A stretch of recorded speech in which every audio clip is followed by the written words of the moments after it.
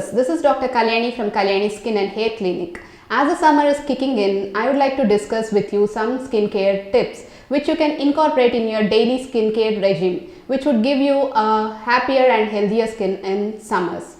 So what happens to your skin on a summer day? 96.5% of UVA radiation and 3.5% of UVB radiation reach the earth, which actually damages your skin. So you need to take care of your skin. So UVA radiations play a role in development of melanoma, and UVB radiations plays a role in development of squamous cell carcinoma.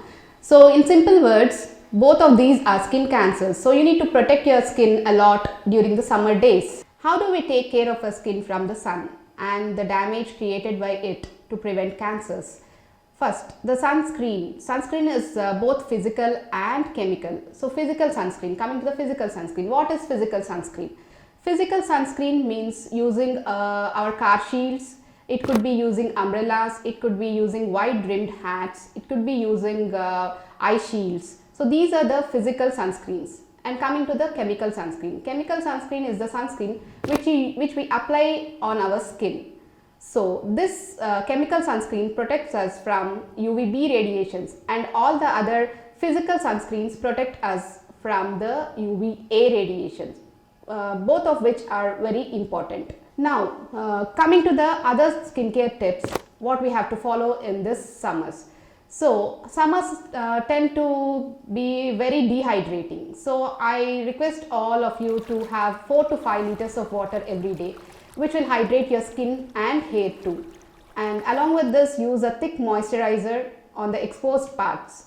So first the moisturizer should be applied, and on top of that the sunscreens should be used.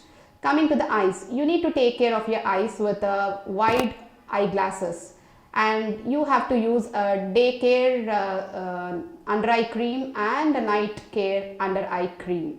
Coming to the lips.